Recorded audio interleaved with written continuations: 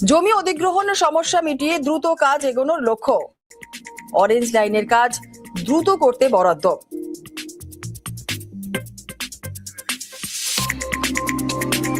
বাংলার যেসব রেল প্রকল্পে নজর, নবদ্বীপ ঘাট নবদ্বীপ ধাম নিউ লাইনে 106.86 হেক্টর জমি প্রয়োজন, আর এখনো বাকি 106.69 হেক্টর জমি অধিগ্রহণ। চন্দনেশ্বর জলেশ্বর নিউ লাইনে 158 হেক্টর জমি প্রয়োজন। চন্দনেশ্বর জলেশ্বর লাইনে এখনো জমি অধিগ্রহণ হয়নি।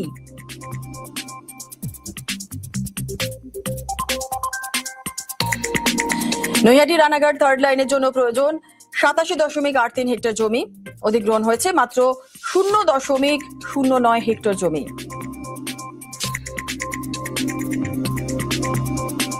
রবিবার হলেও আজই কেন্দ্রীয় বাজেট। মোদি জামানার রীতি মেনে 1 ফেব্রুয়ারি বাজেট। 2017 থেকে ফেব্রুয়ারি প্রথম দিনেই বাজেট। ফেব্রুয়ারি প্রথম দিনেই 2026-2027 অর্থবর্ষের বাজেট। আর আজই বাজেট পেশ কেন্দ্রীয় অর্থমন্ত্রী নির্মলা সীতারামন। আড়াই দশক পর ফির রবিবারে কেন্দ্রীয় বাজেট। বাজপেয়ী আমলে 1999-এ 27 ফেব্রুয়ারি রবিতে হয়েছিল বাজেট।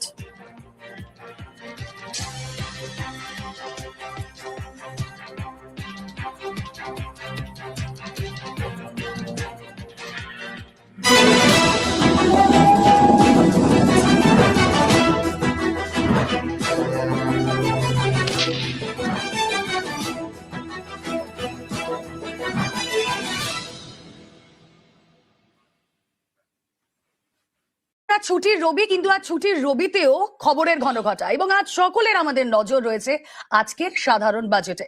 আর কিছু সময়ের অপেক্ষা, তারপরে নির্মলা সীতারামন পেশ করবেন বাজেট। ইতিমধ্যে তিনি রওনা দিয়েছেন পার্লামেন্টের উদ্দেশ্যে, সেই সব ছবি তো আপনাদেরকে দেখাচ্ছি। কিন্তু প্রশ্নটা হচ্ছে এটাই, যেই সময় দাঁড়িয়ে আমরা এই কথা বলছি, বাজেট বিশ্লেষণ করছি, আজ তৃতীয় মোদী সরকারের দ্বিতীয় বাজেট এবং কয়েক মাসের মধ্যে বিধানসভা নির্বাচন রয়েছে 5 রাজ্যে, বাংলা, অসম, তামিলনাড়ু, কেরালা সহ 5 রাজ্যে রয়েছে বিধানসভা নির্বাচন। এই রাজ্যগুলোর কথা মাথায় রেখে কি এবার এই 5 রাজ্যে যে ভোটমুখী রাজ্যগুলো রয়েছে তা ভেবেই কিছু জনমোহিনী ঘোষণা হবে? অবশ্যই আমাদের নজর থাকবে এবং আমি বাংলার পার্সপেক্টিভ দিয়ে আলোচনা শুরু করব। সেই আলোচনায় আমার সঙ্গে এই মুহূর্তে রয়েছেন অ্যানালিস্ট বিশ্বজিৎ দাস, স্বাগত জানাবো এবং ভেরি গুড মর্নিং। আমার সঙ্গে রয়েছেন বিজেপির তরফ থেকে শতরূপাধি, স্বাগত জানাবো, অফকোর্স ভেরি গুড মর্নিং। এবং আমার সঙ্গে রয়েছেন শুভাশিস ভট্টাচার্য, কংগ্রেসের তরফ থেকে। শুভাশিস দা, স্বাগত জানাবো, ভেরি গুড মর্নিং। আমি একদম শুরুতেই শতরূপাধির কাছেই যাই। গতবারের আমরা বাজেট দেখলাম, সেখানে বিহারে নির্বাচন ছিল, বিহারমুখী বাজেট, বিহারের জন্য ঢালাও ঘোষণা।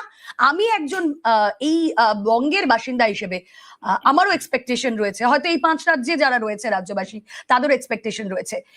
এবারের বাজেট কতটা এই 5 রাজ্যের জন্য, ভোটমুখী রাজ্যগুলোর জন্য হবে? রুমেলা, আমি এর আগেও বলেছি, আবারও বলছি যে পশ্চিমবঙ্গ বা নর্থ ইস্ট এবং নর্থ ইস্টকে বিকশিত করবার স্বপ্ন এবং সেই উদ্দেশ্যে পদক্ষেপ বেশ কিছু বছর ধরে মাননীয় প্রধানমন্ত্রী বিশ্ববরেণ্য নেতা নরেন্দ্র মোদী নিচ্ছেন, অনেক দিন ধরে, অনেক বছর ধরে নিচ্ছেন। তো সেটারই নেক্সট স্টেপ, যেহেতু এটা নবম বাজেট এবং আমাদের কন্টিনিউ করছি আমরা সরকারে, সেটারই একটা রিফ্লেকশন আমরা দেখতে পাবো। কিন্তু এর আগের বাজেটেও কিন্তু মানে আমি এর আগেও বলেছি, আবারও রিপিট করছি, ইউপিএ যতটা পশ্চিমবঙ্গের জন্য বরাদ্দ করেছিল তার থেকে অনেক বেশি এনডিএ সরকারের আমলে আমরা পশ্চিমবঙ্গের বরাদ্দে পেয়েছি। এখন ফরচুনেটলি আনফরচুনেটলি সেটা মানুষের কাছে কতটা গেছে এই সরকারের দরুন, ঠিক এই পয়েন্টটা থেকে শতরূপাধি, যেই সময় দাঁড়িয়ে এই বাজেট ঘোষণা হচ্ছে, বাংলায় নির্বাচন এবং বাংলার তরফ থেকে বারবার কেন্দ্রীয় বঞ্চনার একাধিক অভিযোগ।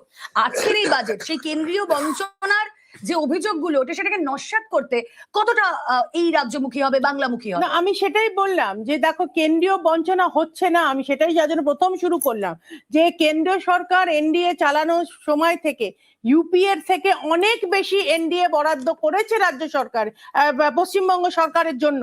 কিন্তু সেটা এই যে একটা বেসিক ইউটিলাইজেশন সার্টিফিকেট পর্যন্ত রাজ্য সরকার, তৃণমূল সরকার কেন্দ্রীয় সরকারকে দেয় না। তারপরে গিয়ে তারা নাটক করে বঞ্চনা করছে বলে, এবং স্বয়ং প্রধানমন্ত্রী এসে বলেছে কত টাকা এখানে বরাদ্দ করা হয়েছে। তারপরেও এই যে কিছু নেতা পকেটস্থ করে দিচ্ছে মানুষের কাছে, অধিকাংশ কেন্দ্রীয় প্রকল্প পৌঁছয় না, এটার উত্তর তো আগে এই রাজ্য সরকারকে দিতে হবে। যদিও বিশেষ সময় নেই, আর 73 দিনের মধ্যে সরকারই পাল্টে যাবে। কিন্তু আমি আবারও বলছি, আমি জাস্ট একটা ছোট এক্সাম্পল তোমায় দিচ্ছি। তোমার মনে থাকবে মিষ্টি বলে, MISTI বলে একটা বাজেটারি অ্যালোকেশন হয়েছিল। কিসের জন্য? সুন্দরবন এবং মার্শল্যান্ড যেগুলো নিচে আছে, যেগুলো মানে যেটা আমরা ম্যানগ্রোভ এবং নভেম্বর বাজেট পেশ করতে চলেছেন আর 1 ঘন্টা পরেই নির্মলা সীতারামন। কিন্তু কতটা কঠিন মুহূর্ত এই সময়, চারিদিকে যুদ্ধের আবহ, ট্রাম্পের হুঙ্কার, ট্রাম্পের শুল্ক চাপ, এই সমস্তের মধ্যে এবং বাংলাদেশ, পাকিস্তান, চীন, বাংলাদেশ অশান্ত, এই পরিস্থিতিতে বাজেট কোন দিকে যাবে? তার মধ্যে আবার বাংলার ভোট, 26-এর ভোট, গতবার বিহারের ভোট ছিল। মধুবনী শাড়ি পরে বিহারের বাজেটের জন্য প্রচুর ঢেলে দিয়েছিলেন কেন্দ্রীয় বাজেটে বিহারের জন্য। এবার কি পশ্চিমবঙ্গ তো টার্গেট, কিন্তু পশ্চিমবঙ্গ পাবেন বলে কি এখনো আত্মবিশ্বাসী বিজেপির নেতৃবৃন্দ? তাই বাংলার জন্য কি ঢালাও প্রকল্প থাকবে, কতটা কঠিন পরিস্থিতি, এই নিয়ে আলোচনা করব। তবে তার আগে আপনাদের জানাবো, এই মুহূর্তে সোনার উপর দাম আরো কমলো, শেয়ার বাজার পড়লো বাজেটের দিনেই পড়লো সোনার উপর দাম। প্রতি 10 গ্রামে সোনার দাম পড়েছে 13,711 টাকা, প্রতি কেজির উপর দাম পড়েছে 26,273 টাকা। বাজেটের দিনেই বাড়লো বাণিজ্যিক রান্নার গ্যাসের দাম বাড়লো 49 টাকা 50 পয়সা। সোনার দাম হু হু করে বাড়ছিল, 1,85,000 টাকা উঠে গিয়েছিল 10 গ্রাম সোনা, আর সেখান থেকে কিছুটা হলেও কমলো।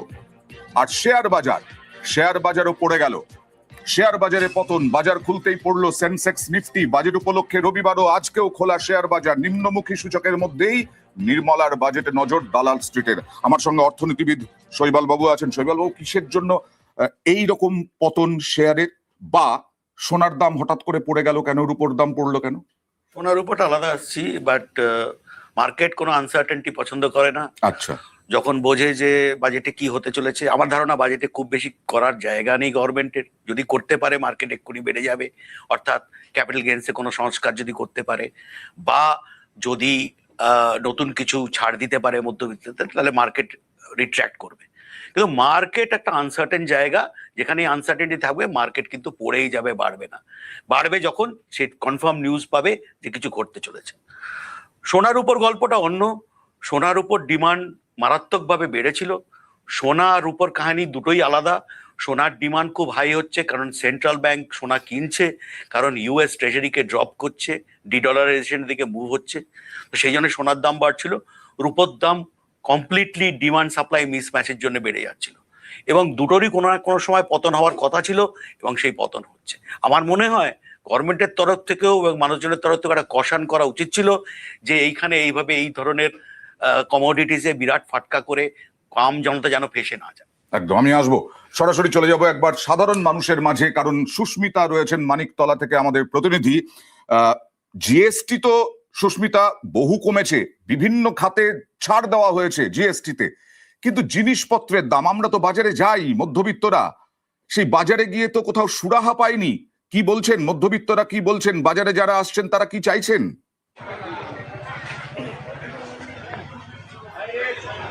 দেখো, বেশ কিছু লোকের সঙ্গে কথা বলছিলাম, কিছু লোকের সঙ্গে কথা বলার চেষ্টাও করবো এখন, তার কারণ প্রত্যেকেই বলছেন যে বাজার দর কিছুটা কমুক। ব্যবসায়ী যিনি রয়েছেন তার সঙ্গেও কথা বলার চেষ্টা করব, এবং যিনি নিত্যদিন বাজার করেন তার সঙ্গে কথা বলি। বাজার দর তো হু হু করে বাড়ছে, আজকে বাজেট রয়েছে, বাজার দর কমলে কি ভালো হয়? সে তো ভালো হয়, সাধারণ মানুষের জন্য সবারই উপকার হবে। আশা করি তো কমবে, দেখা যাক বাজেটের কি ফলাফল হয়। বাজেটের ফলাফলের দিকে নজর রয়েছে। রান্নার গ্যাসের দাম বা সোনার উপর দাম বা বাজার দর, কোন জিনিসের দামে লাগাম পড়লে আপনার অন্তত সুবিধে? কারণ সাধারণ মানুষ ব্যবসা চালান, ঘর চালান, দুটোই। সোনার দামটা কমলে মানুষের সুবিধা হবে। সাধারণ মানুষের তো, হ্যাঁ, যারা মেয়ে আছে যাদের, তাদের তো একটু অসুবিধেই আছে, তাদের তো মানে খুবই চিন্তা।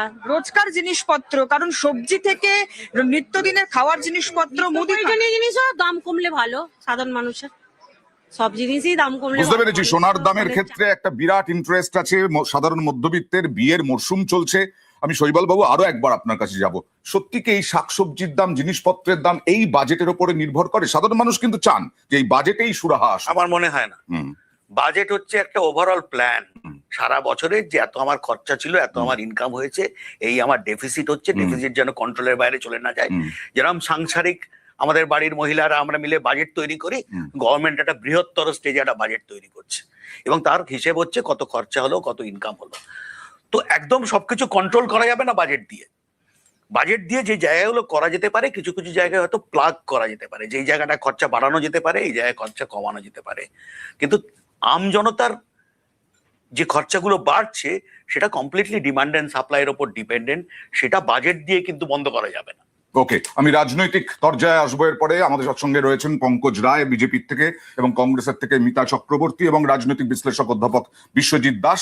নভেম্বর বাজেট পেশ করতে চলেছেন আর 1 ঘন্টা পরেই নির্মলা সীতারামন। কিন্তু কতটা কঠিন মুহূর্ত এই সময়, চারিদিকে যুদ্ধের আবহ, ট্রাম্পের হুঙ্কার, ট্রাম্পের শুল্ক চাপ, এই সমস্তের মধ্যে এবং বাংলাদেশ, পাকিস্তান, চীন, বাংলাদেশ অশান্ত, এই পরিস্থিতিতে বাজেট কোন দিকে যাবে? তার মধ্যে আবার বাংলার ভোট, 26-এর ভোট, গতবার বিহারের ভোট ছিল।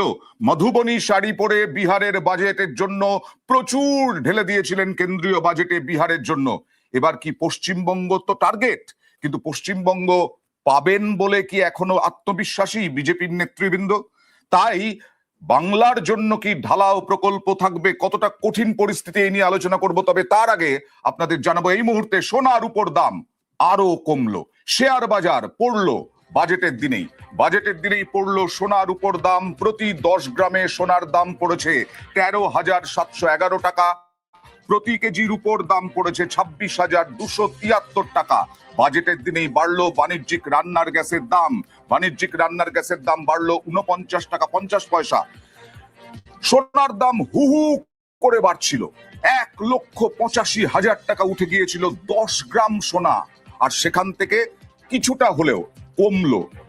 আর শেয়ার বাজারও পড়ে গেল, শেয়ার বাজারে পতন। বাজার খুলতেই পড়লো সেন্সেক্স নিফটি। বাজেট উপলক্ষে রবিবারও আজকেও খোলা শেয়ার বাজার, নিম্নমুখী সূচকের মধ্যেই নির্মলার বাজেটে নজর দালাল স্ট্রিটের। আমার সঙ্গে অর্থনীতিবিদ শৈবাল বাবু আছেন। শৈবাল বাবু, কিসের জন্য এই রকম পতন শেয়ারে, বা সোনার দাম হঠাৎ করে পড়ে গেল কেন, রূপোর দাম পড়লো কেন? সোনার উপরটা আলাদা আসছি, বাট মার্কেট কোনো আনসার্টেনটি পছন্দ করে না। আচ্ছা, যখন বোঝে যে বাজেটে কি হতে চলেছে, আমার ধারণা বাজেটে খুব বেশি করার জায়গা নেই গভর্নমেন্টের। যদি করতে পারে মার্কেট এক্ষুনি বেড়ে যাবে, অর্থাৎ ক্যাপিটাল গেইনসে কোনো সংস্কার যদি করতে পারে বা যদি নতুন কিছু ছাড় দিতে পারে মধ্যবিত্তদের, তাহলে মার্কেট রিট্র্যাক্ট করবে। কিন্তু মার্কেট একটা আনসার্টেন জায়গা, যেখানে আনসার্টেনটি থাকবে মার্কেট কিন্তু পড়েই যাবে, বাড়বে না। বাড়বে যখন সে কনফার্ম নিউজ পাবে যে কিছু ঘটতে চলেছে। সোনার উপর গল্পটা অন্য। সোনার উপর ডিমান্ড মারাত্মকভাবে বেড়েছিল। সোনার উপর কাহিনী দুটোই আলাদা। সোনার ডিমান্ড খুব হাই হচ্ছে কারণ সেন্ট্রাল ব্যাংক সোনা কিনছে, কারণ ইউএস ট্রেজারিকে ড্রপ করছে, ডিডলারাইজেশনের দিকে মুভ হচ্ছে, তো সেই জন্য সোনার দাম বাড়ছিল। রূপোর দাম কমপ্লিটলি ডিমান্ড সাপ্লাই মিসম্যাচের জন্য বেড়ে যাচ্ছিল এবং দুটোরই কোনো না কোনো সময় পতন হওয়ার কথা ছিল এবং সেই পতন হচ্ছে। আমার মনে হয় গভর্নমেন্টের তরফ থেকেও এবং মানুষজনের তরফ থেকেও একটা কষান করা উচিত ছিল যে এইখানে এইভাবে এই ধরনের কমোডিটিসে বিরাট ফাটকা করে আম জনতা যেন ফেসে না যায়। একদম। আমি আসবো, সরাসরি চলে যাব একবার সাধারণ মানুষের মাঝে, কারণ সুস্মিতা রয়েছেন মানিকতলা থেকে আমাদের প্রতিনিধি। জিএসটি তো সুস্মিতা বহু কমেছে, বিভিন্ন খাতে ছাড় দেওয়া হয়েছে জিএসটিতে, কিন্তু জিনিসপত্রের দাম, আমরা তো বাজারে যাই মধ্যবিত্তরা, সেই বাজারে গিয়ে তো কোথাও সুরাহা পাইনি। কি বলছেন মধ্যবিত্তরা, কি বলছেন বাজারে যারা আসছেন, তারা কি চাইছেন?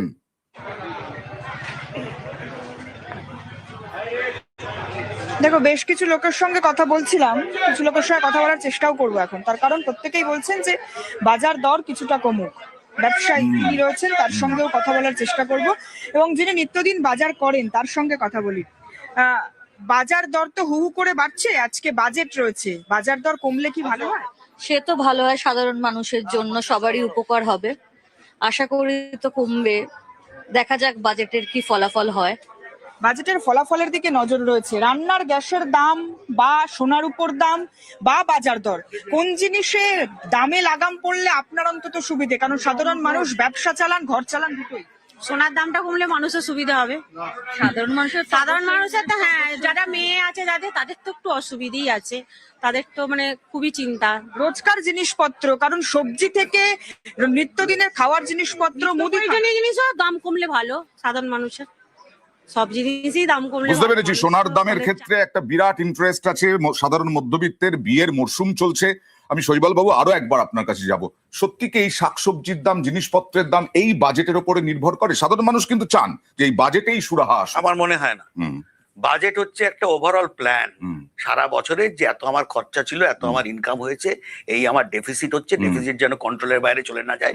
যেরকম সাংসারিক আমাদের বাড়ির মহিলারা আমরা মিলে বাজেট তৈরি করি, গভর্নমেন্ট একটা বৃহত্তর স্টেজে একটা বাজেট তৈরি করছে এবং তার হিসেব হচ্ছে কত খরচা হলো, কত ইনকাম হলো। তো একদম সবকিছু কন্ট্রোল করা যাবে না বাজেট দিয়ে। বাজেট দিয়ে যে জায়গাগুলো করা যেতে পারে, কিছু কিছু জায়গায় হয়তো প্লাগ করা যেতে পারে, যেই জায়গাটা খরচা বাড়ানো যেতে পারে, এই জায়গায় খরচা কমানো যেতে পারে। কিন্তু আম জনতার যে খরচাগুলো বাড়ছে সেটা কমপ্লিটলি ডিমান্ড এন্ড সাপ্লাইয়ের উপর ডিপেন্ডেন্ট, সেটা বাজেট দিয়ে কিন্তু বন্ধ করা যাবে না। ওকে, আমি রাজনৈতিক পর্যায়ে আসবো। এরপরে আমাদের সঙ্গে রয়েছেন পঙ্কজ রায় বিজেপির থেকে এবং কংগ্রেসের থেকে মিতা চক্রবর্তী এবং রাজনৈতিক বিশ্লেষক অধ্যাপক বিশ্বজিৎ দাস। নভেম্বর বাজেট পেশ করতে চলেছেন আর 1 ঘন্টা পরেই নির্মলা সীতারামন। কিন্তু কতটা কঠিন মুহূর্ত এই সময়, চারিদিকে যুদ্ধের আবহ, ট্রাম্পের হুঙ্কার, ট্রাম্পের শুল্ক চাপ, এই সমস্তের মধ্যে এবং বাংলাদেশ, পাকিস্তান, চীন, বাংলাদেশ অশান্ত, এই পরিস্থিতিতে বাজেট কোন দিকে যাবে? তার মধ্যে আবার বাংলার ভোট, 26-এর ভোট, গতবার বিহারের ভোট ছিল। মধুবনী শাড়ি পরে বিহারের বাজেটের জন্য প্রচুর ঢেলে দিয়েছিলেন কেন্দ্রীয় বাজেটে বিহারের জন্য। এবার কি পশ্চিমবঙ্গ তো টার্গেট, কিন্তু পশ্চিমবঙ্গ পাবেন বলে কি এখনো আত্মবিশ্বাসী বিজেপির নেতৃবৃন্দ? তাই বাংলার জন্য কি ঢালাও প্রকল্প থাকবে, কতটা কঠিন পরিস্থিতি, এই নিয়ে আলোচনা করব। তবে তার আগে আপনাদের জানাবো এই মুহূর্তে সোনার উপর দাম আরো কমলো, শেয়ার বাজার পড়লো বাজেটের দিনেই পড়লো সোনার উপর দাম। প্রতি 10 গ্রামে সোনার দাম পড়েছে 13,711 টাকা, প্রতি কেজির উপর দাম পড়েছে 26,273 টাকা। বাজেটের দিনেই বাড়লো বাণিজ্যিক রান্নার গ্যাসের দাম বাড়লো 49 টাকা 50 পয়সা। সোনার দাম হু হু করে বাড়ছিল, 1,85,000 টাকা উঠে গিয়েছিল 10 গ্রাম সোনা, আর সেখান থেকে কিছুটা হলেও কমলো। আর শেয়ার বাজারও পড়ে গেল, শেয়ার বাজারে পতন। বাজার খুলতেই পড়লো সেন্সেক্স নিফটি। বাজেট উপলক্ষে রবিবারও আজকেও খোলা শেয়ার বাজার, নিম্নমুখী সূচকের মধ্যেই নির্মলার বাজেটে নজর দালাল স্ট্রিটের। আমার সঙ্গে অর্থনীতিবিদ শৈবাল বাবু আছেন। শৈবাল বাবু, কিসের জন্য এই রকম পতন শেয়ারের, বা সোনার দাম হঠাৎ করে পড়ে গেল কেন, রূপোর দাম পড়লো কেন? সোনার উপরটা আলাদা আসছি, বাট মার্কেট কোনো আনসার্টেনটি পছন্দ করে না। আচ্ছা, যখন বোঝে যে বাজেটে কি হতে চলেছে, আমার ধারণা বাজেটে খুব বেশি করার জায়গা নেই গভর্নমেন্টের। যদি করতে পারে মার্কেট এক্ষুনি বেড়ে যাবে, অর্থাৎ ক্যাপিটাল গেইনসে কোনো সংস্কার যদি করতে পারে, বা যদি নতুন কিছু ছাড় দিতে পারে মধ্যবিত্তদের, তাহলে মার্কেট। নির্মলা সীতারামনের বাজেট আর কিছুক্ষণের মধ্যেই। কি চাইছেন সাধারণ মানুষ? তামিলনাড়ুকে লক্ষ্য, না কেরল, না বাংলা? সরাসরি চলে যাব, বাংলাতেই থাকি। আমাদের বাংলা থেকে, জেলা থেকে, জলপাইগুড়ি থেকে রয়েছেন শান্তনু। শান্তনু, সাধারণ মানুষ কি চাইছেন বাজেট থেকে? দেখো, সকাল থেকে কিন্তু কেন্দ্রীয় বাজেটের দিকে তাকিয়ে রয়েছেন জলপাইগুড়ির বাসিন্দারা। হোলির মোড় থেকে নিয়ে চায়ের আড্ডা সর্বত্রই কিন্তু একটাই আলোচনা। কি আলোচনা হচ্ছে, কারা কি বলছেন, কি চাইছেন, সেটা শুনে নেওয়ার চেষ্টা করছি জলপাইগুড়ির বাসিন্দাদের কাছ থেকে। প্রদীপবাবু, সকাল থেকে তো শুনলাম আপনার বিভিন্ন আলোচনা করছেন, কি চাইছেন, কি বলছেন, কি ভাবছেন আপনারা? জলপাইগুড়ি তথা উত্তর বাংলার প্রধান শিল্প হচ্ছে চা, যেটা আজকে মৃতপ্রায়। একটা সময় কেন্দ্রীয় সরকার প্রচুর বৈদেশিক মুদ্রা অর্জন করতেন এই চা রপ্তানি করে, যেটা আজকে তলানিতে এসে ঠেকেছে।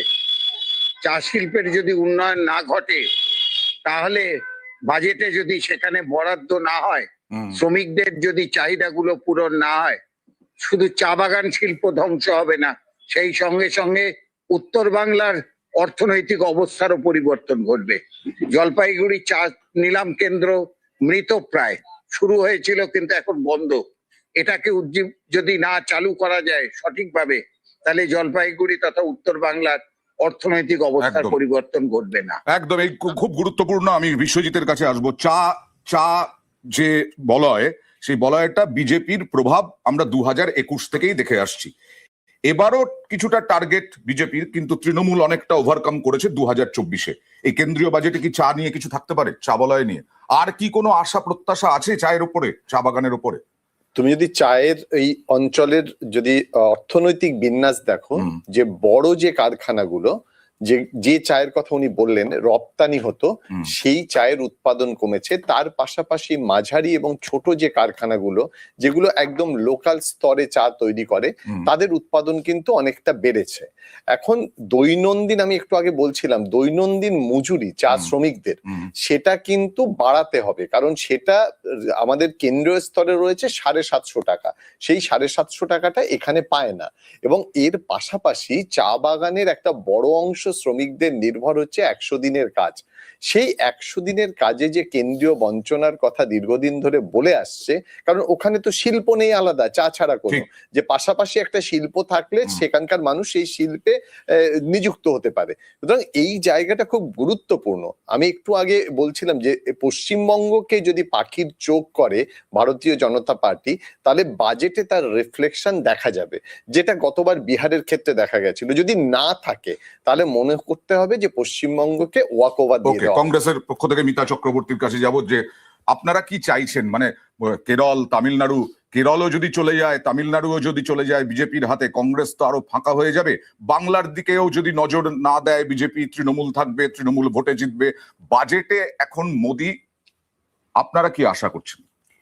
দেখুন, প্রথম কথা হচ্ছে যে কেরল আর তামিলনাড়ু চলে যাবে এরকম কোনো আশঙ্কা আমাদের মাথায় নেই।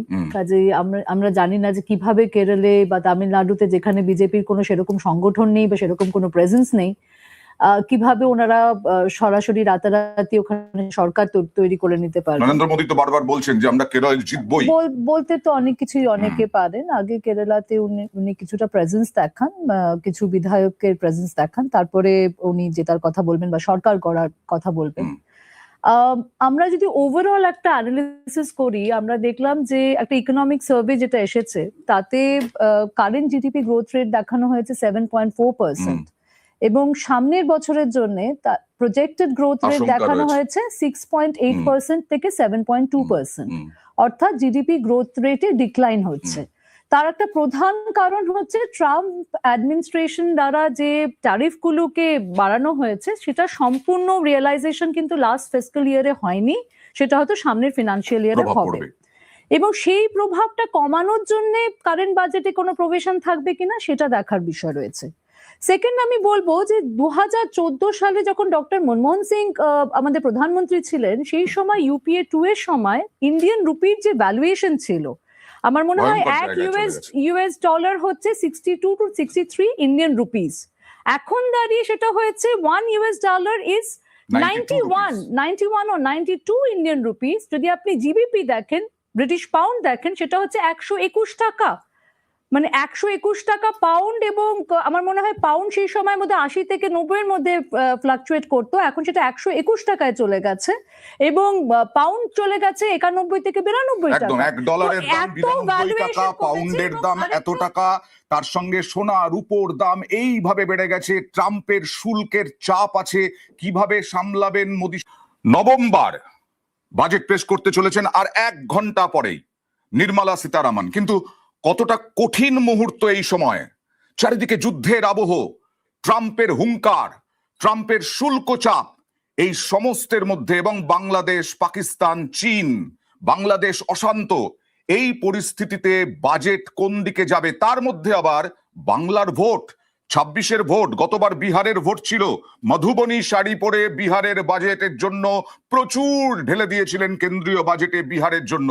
এবার কি পশ্চিমবঙ্গ তো টার্গেট, কিন্তু পশ্চিমবঙ্গ পাবেন বলে কি এখনো আত্মবিশ্বাসী বিজেপির নেতৃবৃন্দ?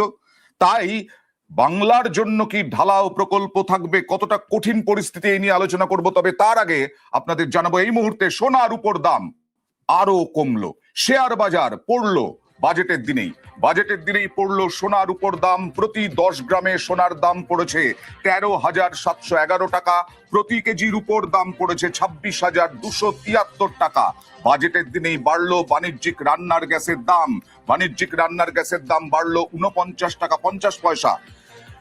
সোনার দাম হু হু করে বাড়ছিল, 1,85,000 টাকা উঠে গিয়েছিল 10 গ্রাম সোনা, আর সেখান থেকে কিছুটা হলেও কমলো।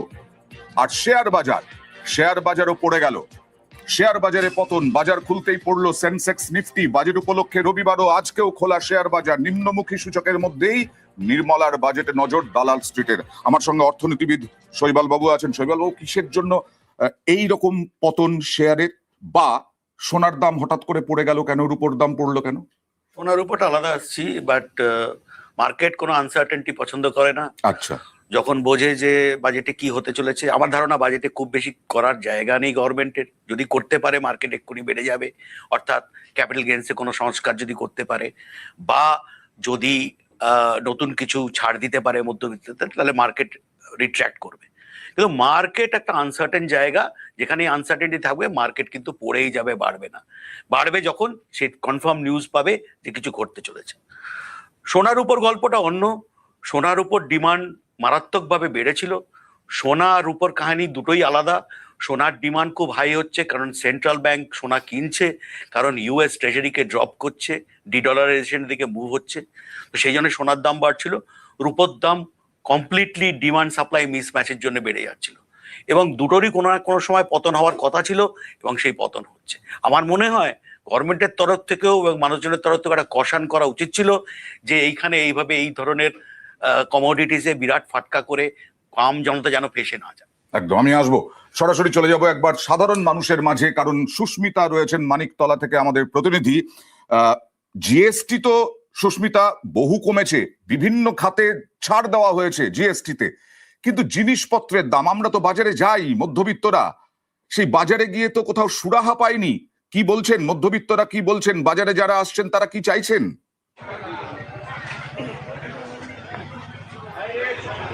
দেখো, বেশ কিছু লোকের সঙ্গে কথা বলছিলাম, কিছু লোকের সঙ্গে কথা বলার চেষ্টাও করবো এখন, তার কারণ প্রত্যেকেই বলছেন যে বাজার দর কিছুটা কমুক। ব্যবসায়ী যিনি রয়েছেন তার সঙ্গেও কথা বলার চেষ্টা করব, এবং যিনি নিত্যদিন বাজার করেন তার সঙ্গে কথা বলি। বাজার দর তো হু হু করে বাড়ছে, আজকে বাজেট রয়েছে, বাজার দর কমলে কি ভালো হয়? সে তো ভালো হয়, সাধারণ মানুষের জন্য সবারই উপকার হবে। আশা করি তো কমবে, দেখা যাক বাজেটের কি ফলাফল হয়। বাজেটের ফলাফলের দিকে নজর রয়েছে। রান্নার গ্যাসের দাম, বা সোনার উপর দাম, বা বাজার দর, কোন জিনিসের দামে লাগাম পড়লে আপনার অন্তত সুবিধে? কারণ সাধারণ মানুষ ব্যবসা চালান, ঘর চালান, দুটোই। সোনার দামটা কমলে মানুষের সুবিধা হবে। সাধারণ মানুষের তো হ্যাঁ, যারা মেয়ে আছে যাদের, তাদের তো একটু অসুবিধেই আছে, তাদের তো মানে খুবই চিন্তা। রোজকার জিনিসপত্র, কারণ সবজি থেকে নিত্যদিনের খাওয়ার জিনিসপত্র, মুদি জিনিসও দাম কমলে ভালো, সাধারণ মানুষের সব জিনিসই দাম কমলে। বুঝতে পেরেছি, সোনার দামের ক্ষেত্রে একটা বিরাট ইন্টারেস্ট আছে সাধারণ মধ্যবিত্তের। বিয়ের মরশুম চলছে। আমি শৈবাল বাবু আরো একবার আপনার কাছে যাব, সত্যি কি এই শাকসবজির দাম, জিনিসপত্রের দাম এই বাজেটের উপরে নির্ভর করে? সাধারণ মানুষ কিন্তু চান যে এই বাজেটেই সুরাহা আসে। আমার মনে হয় না। বাজেট হচ্ছে একটা ওভারঅল প্ল্যান। সারা বছরের যে এত আমার খরচা ছিল, এত আমার ইনকাম হয়েছে, এই আমার ডেফিসিট হচ্ছে, ডেফিসিট যেন কন্ট্রোলের বাইরে চলে না যায়। যেরকম সাংসারিক আমাদের বাড়ির মহিলারা আমরা মিলে বাজেট তৈরি করি, গভর্নমেন্ট একটা বৃহত্তর স্টেজে একটা বাজেট তৈরি করছে, এবং তার হিসেব হচ্ছে কত খরচা হলো, কত ইনকাম হলো। তো একদম সবকিছু কন্ট্রোল করা যাবে না বাজেট দিয়ে। বাজেট দিয়ে যে জায়গাগুলো করা যেতে পারে, কিছু কিছু জায়গায় হয়তো প্লাগ করা যেতে পারে, যেই জায়গাটা খরচা বাড়ানো যেতে পারে, এই জায়গায় খরচা কমানো যেতে পারে। কিন্তু আম জনতার যে খরচাগুলো বাড়ছে সেটা কমপ্লিটলি ডিমান্ড এন্ড সাপ্লাইয়ের উপর ডিপেন্ডেন্ট, সেটা বাজেট দিয়ে কিন্তু বন্ধ করা যাবে না। ওকে, আমি রাজনৈতিক পর্যায়ে আসবো। এরপরে আমাদের সঙ্গে রয়েছেন পঙ্কজ রায় বিজেপির থেকে, এবং কংগ্রেসের থেকে মিতা চক্রবর্তী, এবং রাজনৈতিক বিশ্লেষক অধ্যাপক বিশ্বজিৎ দাস। নির্মলা সীতারামনের বাজেট আর কিছুক্ষণের মধ্যেই। কি চাইছেন সাধারণ মানুষ? তামিলনাড়ুকে লক্ষ্য, না কেরল, না বাংলা? সরাসরি চলে যাবো, বাংলাতেই থাকি। আমাদের বাংলা থেকে, জেলা থেকে, জলপাইগুড়ি থেকে রয়েছেন শান্তনু। শান্তনু, সাধারণ মানুষ কি চাইছেন বাজেট থেকে? দেখো, সকাল থেকে কিন্তু কেন্দ্রীয় বাজেটের দিকে তাকিয়ে রয়েছেন জলপাইগুড়ির বাসিন্দারা। হোলির মোড় থেকে নিয়ে চায়ের আড্ডা, সর্বত্রই কিন্তু একটাই আলোচনা। কি আলোচনা হচ্ছে, কারা কি বলছেন, কি চাইছেন, সেটা শুনে নেওয়ার চেষ্টা করছি জলপাইগুড়ির বাসিন্দাদের কাছ থেকে। প্রদীপবাবু, সকাল থেকে তো শুনলাম আপনারা বিভিন্ন আলোচনা করছেন, কি চাইছেন, কি বলছেন, কি ভাবছেন আপনারা? জলপাইগুড়ি তথা উত্তর বাংলার প্রধান শিল্প হচ্ছে চা, যেটা আজকে মৃতপ্রায়। একটা সময় কেন্দ্রীয় সরকার প্রচুর বৈদেশিক মুদ্রা অর্জন করতেন এই চা রপ্তানি করে, যেটা আজকে তলানিতে এসে ঠেকেছে। চা শিল্পের যদি উন্নয়ন না ঘটে, তাহলে বাজেটে যদি সেখানে বরাদ্দ না হয়, শ্রমিকদের যদি চাহিদাগুলো পূরণ না হয়, শুধু চা বাগান শিল্প ধ্বংস হবে না, সেই সঙ্গে সঙ্গে উত্তর বাংলার অর্থনৈতিক অবস্থারও পরিবর্তন ঘটবে। জলপাইগুড়ি চা নিলাম কেন্দ্র মৃতপ্রায়, শুরু হয়েছিল কিন্তু এখন বন্ধ। এটাকে যদি না চালু করা যায় সঠিকভাবে, তাহলে জলপাইগুড়ি তথা উত্তর বাংলার অর্থনৈতিক অবস্থার পরিবর্তন ঘটবে না। একদম, এই খুব গুরুত্বপূর্ণ। আমি বিশ্বজিতের কাছে আসবো। চা যে বলয়, সেই বলয়টা বিজেপির প্রভাব আমরা 2021 থেকেই দেখে আসছি। এবারও কিছুটা টার্গেট বিজেপির, কিন্তু তৃণমূল অনেকটা ওভারকাম করেছে 2024-এ। এই কেন্দ্রীয় বাজেটে কি চা নিয়ে কিছু থাকতে পারে, চা বলয় নিয়ে? আর কি কোনো আশা প্রত্যাশা আছে চায়ের উপরে, চা বাগানের উপরে? তুমি যদি চায়ের এই অঞ্চলের যদি অর্থনৈতিক বিন্যাস দেখো, যে বড় যে কারখানাগুলো, যে চায়ের কথা উনি বললেন রপ্তানি হতো, সেই চায়ের উৎপাদন কমেছে। তার পাশাপাশি মাঝারি এবং ছোট যে কারখানাগুলো, যেগুলো একদম লোকাল স্তরে চা তৈরি করে, তাদের উৎপাদন কিন্তু অনেকটা বেড়েছে। এখন দৈনন্দিন, আমি একটু আগে বলছিলাম, দৈনন্দিন মজুরি চা শ্রমিকদের, সেটা কিন্তু বাড়াতে হবে, কারণ সেটা আমাদের কেন্দ্রীয় স্তরে রয়েছে 750 টাকা, সেই 750 টাকাটা এখানে পায় না। এবং এর পাশাপাশি চা বাগানের একটা বড় অংশ শ্রমিকদের নির্ভর হচ্ছে 100 দিনের কাজ। সেই 100 দিনের কাজে যে কেন্দ্রীয় বঞ্চনার কথা দীর্ঘদিন ধরে বলে আসছে, কারণ ওখানে তো শিল্প নেই আলাদা, চা ছাড়া কোনো, যে পাশাপাশি একটা শিল্প থাকলে সেখানকার মানুষ সেই শিল্পে নিযুক্ত হতে পারে। সুতরাং এই জায়গাটা খুব গুরুত্বপূর্ণ। আমি একটু আগে বলছিলাম যে পশ্চিমবঙ্গকে যদি পাখির চোখ করে ভারতীয় জনতা পার্টি, তাহলে বাজেটে তার রিফ্লেকশন দেখা যাবে, যেটা গতবার বিহারের ক্ষেত্রে দেখা গেছিল। যদি না থাকে, তাহলে মনে করতে হবে যে পশ্চিমবঙ্গকে ওয়াক ওভার দিয়ে দেওয়া। কংগ্রেসের পক্ষ থেকে মিতা চক্রবর্তীর কাছে যাব, যে আপনারা কি চাইছেন? মানে কেরল, তামিলনাড়ু, কেরলও যদি চলে যায়, তামিলনাড়ুও যদি চলে যায় বিজেপির হাতে, কংগ্রেস তো আরো ফাঁকা হয়ে যাবে। বাংলার দিকেও যদি নজর না দেয় বিজেপি, তৃণমূল থাকবে, তৃণমূল ভোটে জিতবে। বাজেটে এখন মোদি, আপনারা কি আশা করছেন? দেখুন, প্রথম কথা হচ্ছে যে কেরল আর তামিলনাড়ু চলে যাবে এরকম কোনো আশঙ্কা আমাদের মাথায় নেই। কাজেই আমরা জানি না যে কিভাবে কেরলে বা তামিলনাড়ুতে, যেখানে বিজেপির কোনো সেরকম সংগঠন নেই বা সেরকম কোনো প্রেজেন্স নেই, কিভাবে ওনারা সরাসরি রাতারাতি ওখানে সরকার তৈরি করে নিতে পারবে। নরেন্দ্র মোদী তো বারবার বলছেন যে আমরা কেরল জিতবই। বলতে তো অনেক কিছুই অনেকে পারেন। আগে কেরালাতে উনি কিছুটা প্রেজেন্স দেখান, কিছু বিধায়কের প্রেজেন্স দেখান, তারপরে উনি জেতার কথা বলবেন বা সরকার গড়ার কথা বলবেন। আমরা যদি ওভারঅল একটা অ্যানালিসিস করি, আমরা দেখলাম যে একটা ইকোনমিক সার্ভে যেটা এসেছে, তাতে কারেন্ট জিডিপি গ্রোথ রেট দেখানো হয়েছে 7.4%, এবং সামনের বছরের জন্য প্রজেক্টেড গ্রোথ রেট দেখানো হয়েছে 6.8% থেকে 7.2%। অর্থাৎ জিডিপি গ্রোথ রেটে ডিক্লাইন হচ্ছে। তার একটা প্রধান কারণ হচ্ছে ট্রাম্প অ্যাডমিনিস্ট্রেশন দ্বারা যে ট্যারিফগুলোকে বাড়ানো হয়েছে, সেটা সম্পূর্ণ রিয়েলাইজেশন কিন্তু লাস্ট ফিস্কাল ইয়ারে হয়নি, সেটা হয়তো সামনের ফিনান্সিয়াল ইয়ারে হবে। এবং সেই প্রভাবটা কমানোর জন্য কারেন্ট বাজেটে কোনো প্রভিশন থাকবে কিনা সেটা দেখার বিষয় রয়েছে। সেকেন্ড, আমি বলবো যে 2014 সালে যখন ডক্টর মনমোহন সিং আমাদের প্রধানমন্ত্রী ছিলেন, সেই সময় UPA 2 এর সময় ইন্ডিয়ান রুপির যে ভ্যালুয়েশন ছিল, আমার মনে হয় এক US ডলার হচ্ছে 62 to 63 ইন্ডিয়ান রুপিস। এখন দাঁড়িয়ে সেটা হয়েছে 1 US dollar is 91 or 92 Indian rupees. যদি আপনি জিবিপি দেখেন, ব্রিটিশ পাউন্ড দেখেন, সেটা হচ্ছে 121 টাকা। মানে 121 টাকা পাউন্ড। এবং আমার মনে হয় পাউন্ড সেই সময়ের মধ্যে 80 থেকে 90 এর মধ্যে ফ্লাকচুয়েট করতো, এখন সেটা 121 টাকায় চলে গেছে, এবং পাউন্ড চলে গেছে 91 থেকে 92 টাকা। একদম, $1 দাম 92 টাকা, পাউন্ডের দাম এত টাকা, তার সঙ্গে সোনা রূপোর দাম এইভাবে বেড়ে গেছে। ট্রাম্পের শুল্কের চাপ আছে, কিভাবে সামলাবেন মোদি? নভেম্বর বাজেট পেশ করতে চলেছেন, আর 1 ঘন্টা পরেই নির্মলা সীতারামন। কিন্তু কতটা কঠিন মুহূর্ত এই সময়, চারিদিকে যুদ্ধের আবহ, ট্রাম্পের হুঙ্কার, ট্রাম্পের শুল্ক চাপ, এই সমস্তের মধ্যে, এবং বাংলাদেশ, পাকিস্তান, চীন, বাংলাদেশ অশান্ত, এই পরিস্থিতিতে বাজেট কোন দিকে যাবে? তার মধ্যে আবার বাংলার ভোট, 26-এর ভোট। গতবার বিহারের ভোট ছিল, মধুবনী শাড়ি পরে বিহারের বাজেটের জন্য প্রচুর ঢেলে দিয়েছিলেন কেন্দ্রীয় বাজেটে বিহারের জন্য। এবার কি পশ্চিমবঙ্গ তো টার্গেট? কিন্তু পশ্চিমবঙ্গ পাবেন বলে কি এখনো আত্মবিশ্বাসী বিজেপির নেতৃবৃন্দ?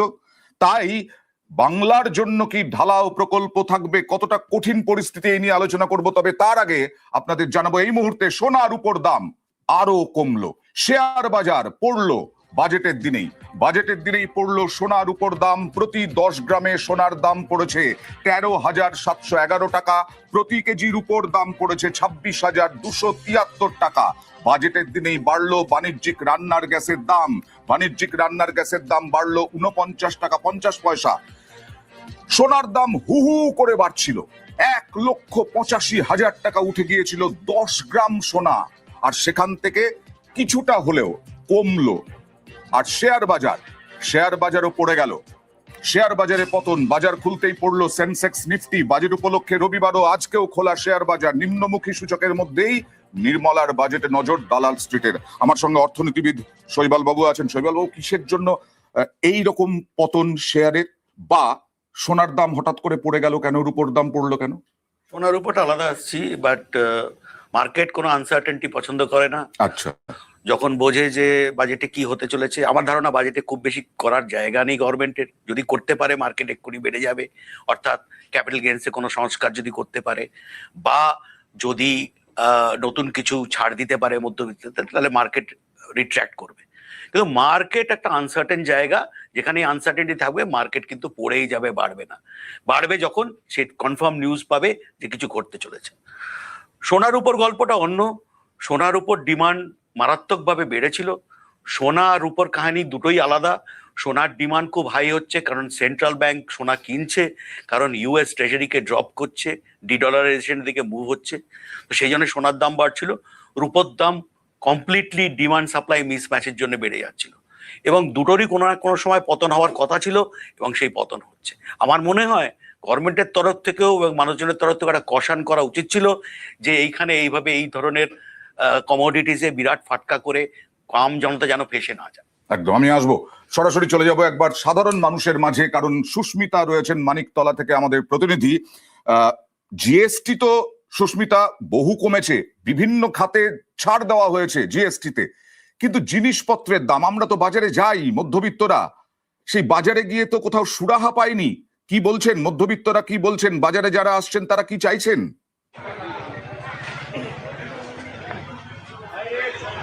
দেখো, বেশ কিছু লোকের সঙ্গে কথা বলছিলাম, কিছু লোকের সঙ্গে কথা বলার চেষ্টাও করবো এখন, তার কারণ প্রত্যেকেই বলছেন যে বাজার দর কিছুটা কমুক। ব্যবসায়ী যিনি রয়েছেন তার সঙ্গেও কথা বলার চেষ্টা করব, এবং যিনি নিত্যদিন বাজার করেন তার সঙ্গে কথা বলি। বাজার দর তো হু হু করে বাড়ছে, আজকে বাজেট রয়েছে, বাজার দর কমলে কি ভালো হয়? সে তো ভালো হয়, সাধারণ মানুষের জন্য সবারই উপকার হবে। আশা করি তো কমবে, দেখা যাক বাজেটের কি ফলাফল হয়। বাজেটের ফলাফলের দিকে নজর রয়েছে। রান্নার গ্যাসের দাম বা সোনার উপর দাম বা বাজার দর, কোন জিনিসের দামে লাগাম পড়লে আপনার অন্তত সুবিধে? কারণ সাধারণ মানুষ ব্যবসা চালান, ঘর চালান, দুটোই। সোনার দামটা কমলে মানুষের সুবিধা হবে। সাধারণ মানুষের তো হ্যাঁ, যারা মেয়ে আছে তাদের তো একটু অসুবিধেই আছে, তাদের তো মানে খুবই চিন্তা। রোজকার জিনিসপত্র, কারণ সবজি থেকে নিত্যদিনের খাওয়ার জিনিসপত্র, প্রয়োজনীয় জিনিসও দাম কমলে ভালো। সাধারণ মানুষের সব জিনিসই দাম কমলে বুঝতে পেরেছি। সোনার দামের ক্ষেত্রে একটা বিরাট ইন্টারেস্ট আছে সাধারণ মধ্যবিত্তের, বিয়ের মরশুম চলছে। আমি শৈবাল বাবু আরো একবার আপনার কাছে যাব। সত্যি কি এই শাকসবজির দাম, জিনিসপত্রের দাম এই বাজেটের উপরে নির্ভর করে? সাধারণ মানুষ কিন্তু চান যে এই বাজেটেই সুরাহা আসে। আমার মনে হয় না। বাজেট হচ্ছে একটা ওভারঅল প্ল্যান। সারা বছরে যে এত আমার খরচা ছিল, এত আমার ইনকাম হয়েছে, এই আমার ডেফিসিট হচ্ছে, ডেফিসিট যেন কন্ট্রোলের বাইরে চলে না যায়। যেরকম সাংসারিক আমাদের বাড়ির মহিলারা আমরা মিলে বাজেট তৈরি করি। এটাকে কোন জায়গায় নিয়ে গেছেন? ট্রাম্পের কাছে নথি স্বীকার করতে হচ্ছে শুল্ক নিয়ে। 92 টাকা ডলারের দাম হয়ে গেছে, সোনার দাম এইভাবে হু হু করে বাড়ছে। না, বিষয়টা হচ্ছে প্রতিটা সেগমেন্ট কিন্তু একদম আলাদা, প্রত্যেকটার সঙ্গে মানে ইন্টার রিলেটেড, বাট তার মধ্যেও একটা স্বতন্ত্রতা আছে। সোনার দামের বিষয়টা হচ্ছে পৃথিবীতে বিভিন্ন যে সেন্ট্রাল ব্যাংকগুলো তারা প্রচুর পরিমাণ সোনা কিনছে। সেটা পোল্যান্ড যেমন কিনছে, আগে কাজাকিস্তান কিনছিল, চীন কিনছিল, এমনকি ভারত। কিন্তু সাম্প্রতিক ভারত সেন্ট্রাল ব্যাংকের সোনা কেনাটা কমের দিকে যাচ্ছে। এটা একটা অন্য এপিসোড। এবং যখন শেয়ার মার্কেট, যখন একটা বিশ্ব অর্থনীতি এবং রাজনৈতিক প্রেক্ষাপট যখন অস্থির হয়, তখন শেয়ার মার্কেট অবশ্যই একটা মানে দোলাচলে থাকবে, এবং সেই দোলাচলে থাকলে বিনিয়োগকারীরা মনে করে যে তারা সুরক্ষিত নন। সেই টাকাটা কিন্তু তারা এই জায়গায় সোনা, রূপো বা মেটাল এইরকম জায়গায় ইনভেস্ট করার কথা ভাবে। তো সেই কারণের জন্য বিনিয়োগটা যাচ্ছিল। কিন্তু আজকে সকালের পরিস্থিতিটা একটু অন্যরকম। শেয়ার বাজারও পড়েছে, সোনার উপর দমক পড়েছে, কারণ একটা বুদবুদ বাবুল ছিলই, এটা কমার ব্যাপারই ছিল। কারণ গত বছর থেকে আজকের 74-78 থেকে 1,84,85 হওয়ার কোনো জায়গা নেই একটা তাৎক্ষণিক ডিমান্ড তৈরি হওয়ার জন্য। এটা একটা বিষয়। কিন্তু মনে রাখতে হবে যে ভারতবর্ষ স্টেডিলি তার যে ইকোনমি $4 ট্রিলিয়ন ইকোনমি করে সে 4th পজিশনে অলরেডি এসছে।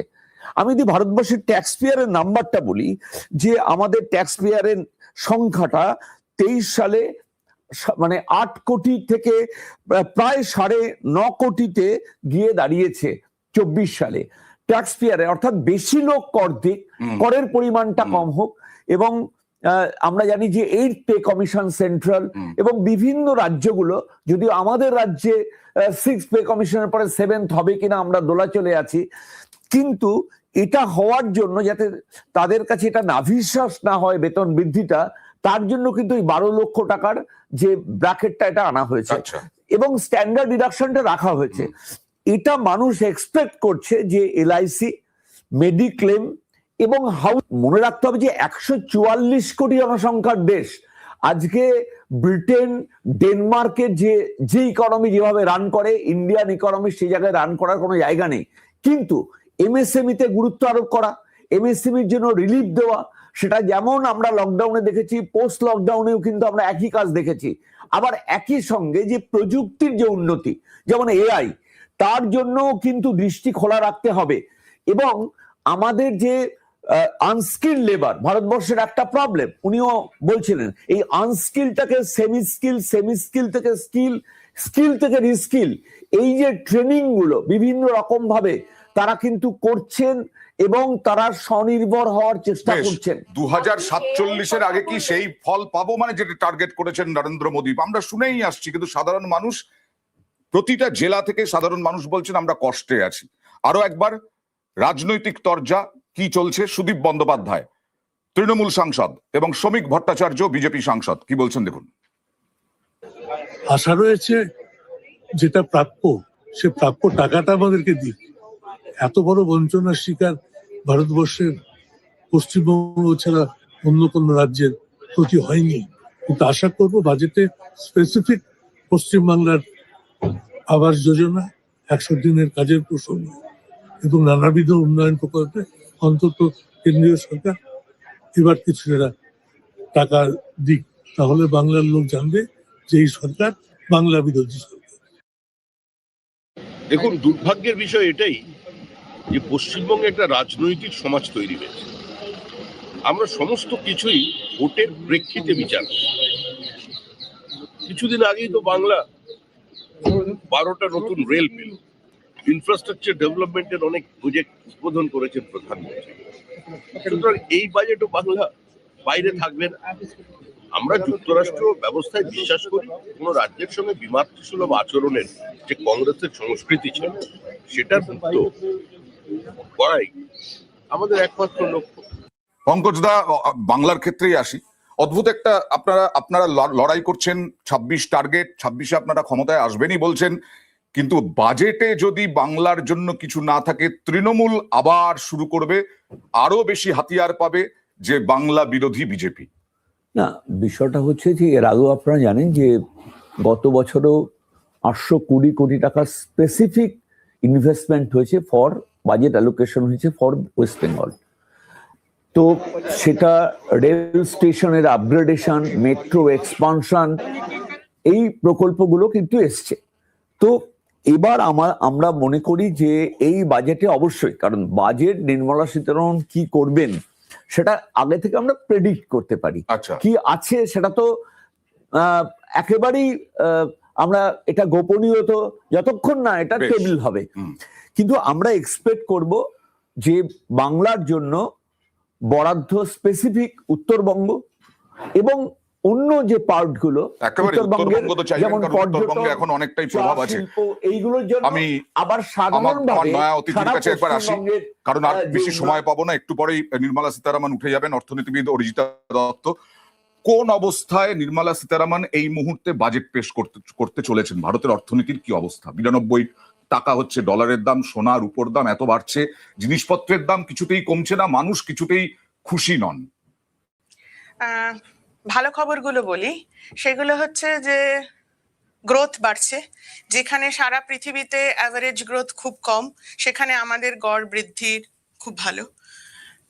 আর তার সাথে হচ্ছে আমাদের ফিক্সড ক্যাপিটাল ফর্মেশন, যেটা সেন্ট্রাল গভর্নমেন্টের মেন ইনভেস্টমেন্ট, ভালো, 30% জিডিপির, খুবই ভালো। খারাপ জায়গাগুলো হচ্ছে যে এই পুরো যে গ্রোথটা, যে বৃদ্ধিটা, সেটা কে তৈরি করছে, কোন সেক্টর তৈরি করছে। দেখা যাচ্ছে সেটা হচ্ছে মেইন ড্রাইভার, যেটাকে আমাদের ভাষায় যদি বলি, সেটা হচ্ছে প্রাইভেট কনজাম্পশন, অর্থাৎ ব্যক্তিগত ভোগ। সেইটা হচ্ছে 62%। এবার এই ভোগের জায়গাটা যদি আমি একদম, আপনি যেটা প্রশ্নটা করলেন, যে একদম যদি চলে আসি সাধারণ মানুষের কথায়, তাহলে কি হচ্ছে, হাউস হোল্ডের কি অবস্থা, আমাদের বাড়ির গৃহস্থদের অবস্থাটা কি? দেখা যাচ্ছে সেভিং কমে যাচ্ছে, ঋণ নেবার প্রবণতা প্রচন্ড বেড়ে যাচ্ছে। এইটা কেন হচ্ছে? আমাদের অর্থনীতির ভাষায় আমরা বলি যে একবার যদি ভোগপণ্য, যদি আমরা মানুষ যদি অভ্যস্ত হয়ে যায়, সে যেই হোক, টাটা বিড়লা থেকে নিম্নবিত্ত, সে কিন্তু আর কমাতে পারে না। কিন্তু তার সাথে আছে যে তার আয়টা কিন্তু ফ্লাকচুয়েট করছে, তাহলে সেই জায়গাটা থেকে তাদের ঋণে যেতে হচ্ছে। তার ফলে যেটা হচ্ছে, আপনি নিয়ে গেছেন ট্রাম্পের কাছে, নথি স্বীকার করতে হচ্ছে শুল্ক নিয়ে, 92 টাকা ডলারের দাম হয়ে গেছে, সোনার দাম এইভাবে হু হু করে বাড়ছে। না, বিষয়টা হচ্ছে প্রতিটা সেগমেন্ট কিন্তু একদম আলাদা, প্রত্যেকটার সঙ্গে মানে ইন্টার রিলেটেড, বাট তার মধ্যেও একটা স্বতন্ত্রতা আছে।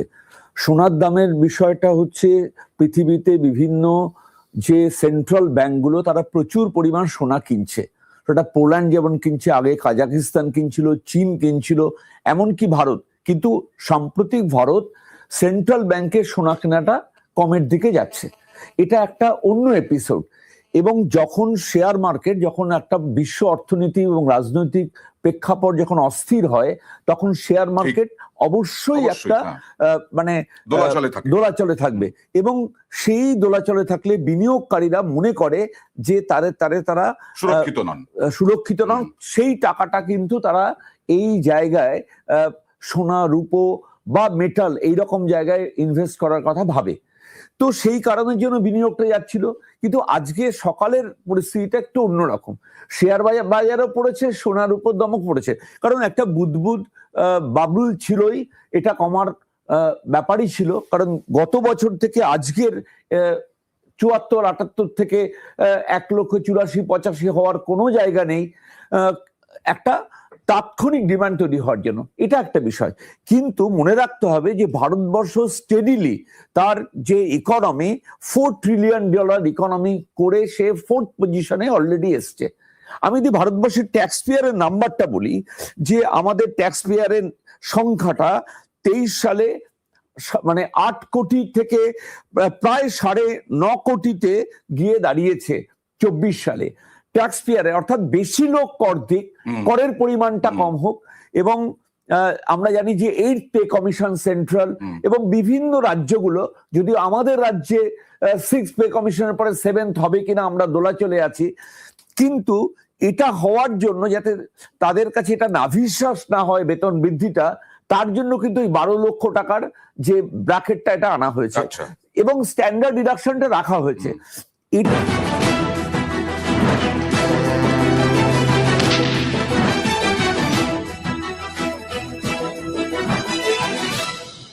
আক্ষরিক অর্থেই আর মাত্র কিছুক্ষণ তারপরেই লোকসভার অধিবেশন শুরু হবে এবং কেন্দ্রীয় বাজেট পেশ করবেন নির্মলা সীতারামন। তার আগে একটু আলোচনা করে নিই অনির্বাণ বন্দে ভারত এক্সপ্রেস স্লিপার প্রথম চালু হলো এখান থেকে। অমৃত ভারত এক্সপ্রেস বালুরঘাট থেকে বেঙ্গালুরু, সুকান্ত মজুমদার বারবার দাবি করছেন দেখিয়ে দিলাম। রেলের তো বিষয় নেই এখানে এই বাজেটে, কিন্তু তবুও উত্তরবঙ্গের জন্য যদি বরাদ্দ বেশি হয়, ঢালাও হয়, তাহলে তো অনেকটা চাপ শাসক দলের এই রাজ্যে। দেখুন, সাধারণ মানুষের যদি ভালো হয় তাতে আলাদা করে কার চাপ কার কম চাপ এসব নিয়ে ভাবার কোনো কারণ নেই। কিন্তু সমস্যা হচ্ছে বন্দে ভারত স্লিপার বা অমৃত ভারত ইত্যাদি এই যে প্রিমিয়াম ক্লাসের ট্রেনগুলি, এইগুলি যত বেশি আমরা ইন্ট্রোডিউসড হতে দেখেছি একই সময়ে দাঁড়িয়ে, যেগুলি প্রিমিয়াম ক্লাস নয়, তুলনায় মধ্যবিত্ত নিম্ন মধ্যবিত্ত মানুষজন এমনকি গরিব মানুষজনকে যে ধরনের ট্রেনে বেশি যাতায়াত করতে হয়, তার যা সার্ভিসের অবস্থা হয়েছে। আপনার ক্যামেরাতে লোকাল ট্রেনের কথা বললেন, একজন ভদ্রমহিলা বললেন, যারা লোকাল ট্রেনে যাতায়াত। থামাচ্ছি কারণ ইতিমধ্যেই লোকসভার অধিবেশন শুরু। सीतारमन जी,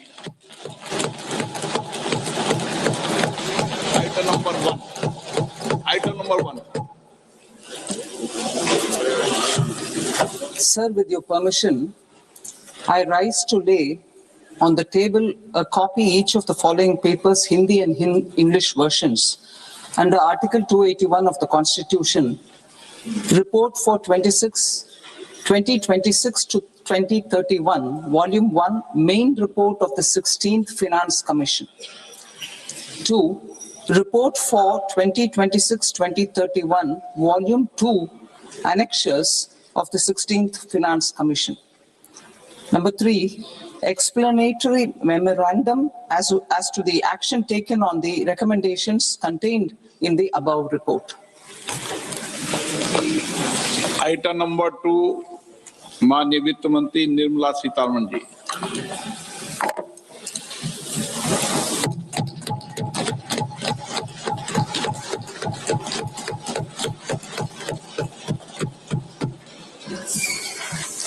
Honorable Speaker, sir, on the sacred occasion of Magh Purnima and the birth anniversary of Guru Ravidas, I present the budget for the year 2026-2027. Since we assumed office 12 years ago, India's economic trajectory has been marked by stability, fiscal discipline, sustained growth, and moderate inflation. This is the result of conscious choices we have made, even in times heightened uncertainty and disruption. Our government, led by Honorable Prime Minister Modi, has decisively and consistently chosen action over ambivalence, reform over rhetoric, and people over populism. We have pursued far-reaching structural reforms, fiscal prudence and monetary stability, whilst maintaining a strong thrust on public investment. Keeping Atmanirbharta as a lodestar, we have built domestic manufacturing capacity, energy security, and reduced critical import dependencies. Simultaneously, we have ensured that citizens benefit from every action of the government, undertaking reforms to support employment generation, agricultural productivity, household purchasing power, and universal services to people. These measures have delivered a high growth rate of around 7% and helped us make substantial strides in poverty reduction and improvement in the lives of our people. Today, we face an external environment in which trade and multilateralism are imperiled and access to resources and supply chains are disrupted. New technologies are transforming production systems while sharply increasing demands on water, energy, and critical minerals. India will continue to take confident steps towards Vikasit Bharat, balancing ambition with inclusion. As a growing economy with expanding trade and capital needs, India must also remain deeply integrated with global markets, exporting more and attracting stable long-term investment. As I begin part A, I want to express my gratitude to the people for standing firmly with us as we forge our way together towards becoming one of the largest economies of the world.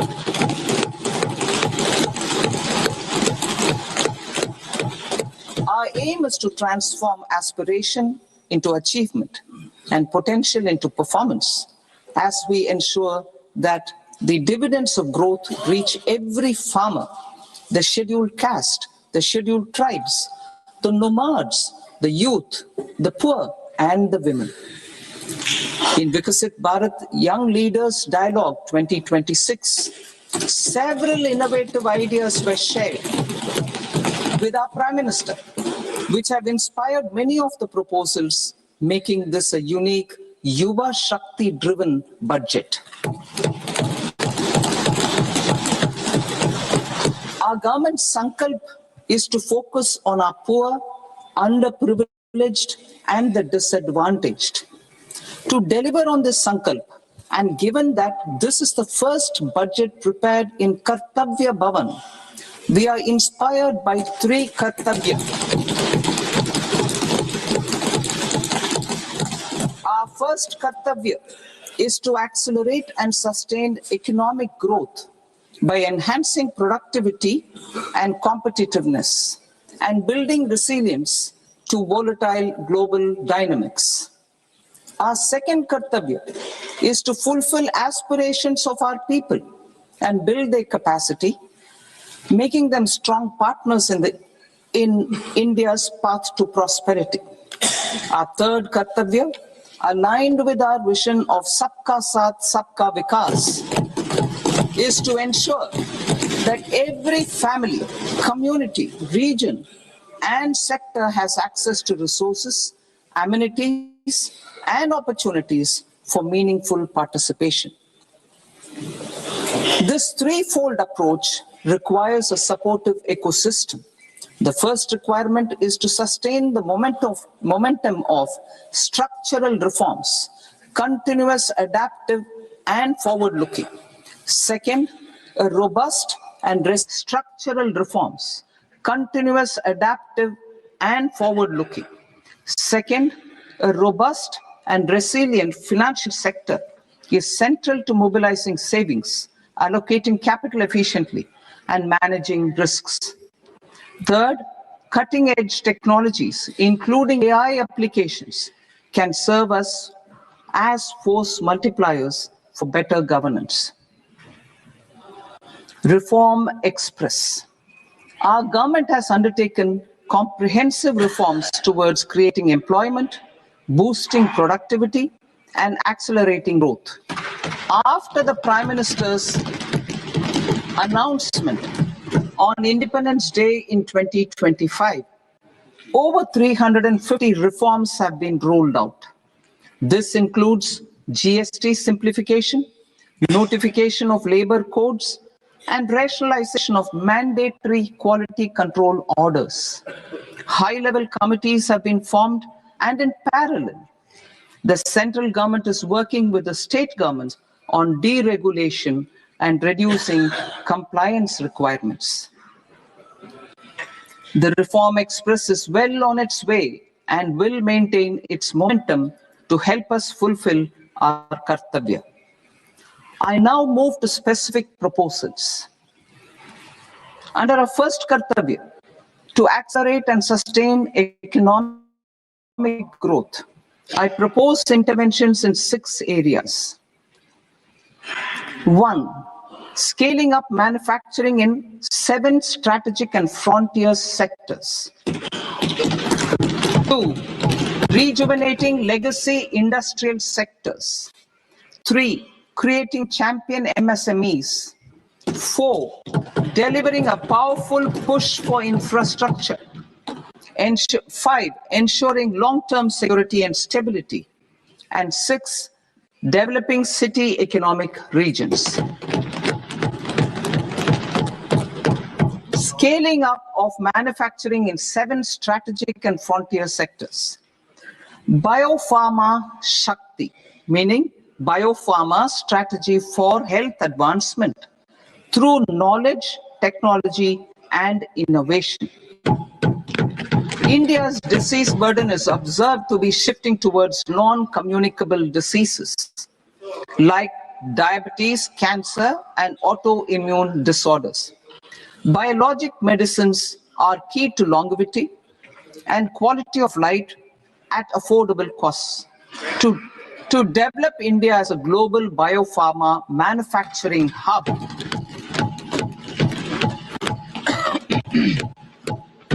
I propose the Biopharma Shakti with an outlay of 10,000 crores over the next 5 years.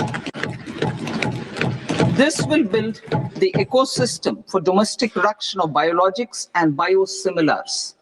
The strategy will include a biopharma-focused network with 3 new national institutes of pharmaceutical education and research, popularly known as NIPERs, and upgrading 7 existing ones.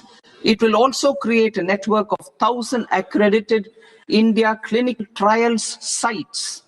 We propose to strengthen the Central Drug Standard Control Organization to meet global standards and approve timeframes through and approval timeframes through a dedicated scientific review cadre and specialists. India's semiconductor mission 1.0 expanded India's semiconductor sector capabilities. Building on this, we will launch ISM 2.0 to produce equipment and materials, design full-stack Indian IP, and fortify supply chains. We will also focus on industry-led research and training centers to develop technology and skilled workforce.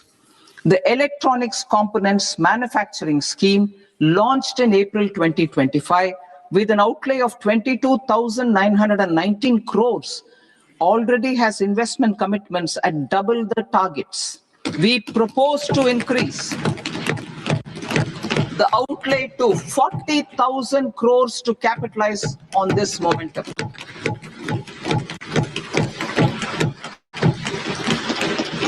A scheme for rare earth permanent magnets was launched in 2025 November. We now propose to support the mineral-rich states of Odisha, Kerala, Andhra Pradesh, and Tamil Nadu to establish dedicated rare earth corridors to promote mining, processing, research, and manufacturing. To enhance domestic chemical production and reduction import dependency and reduce import dependency, we will launch a scheme to support states in establishing 3 dedicated chemical parks through challenge route on a cluster-based plug-and-play model. Strong capital goods.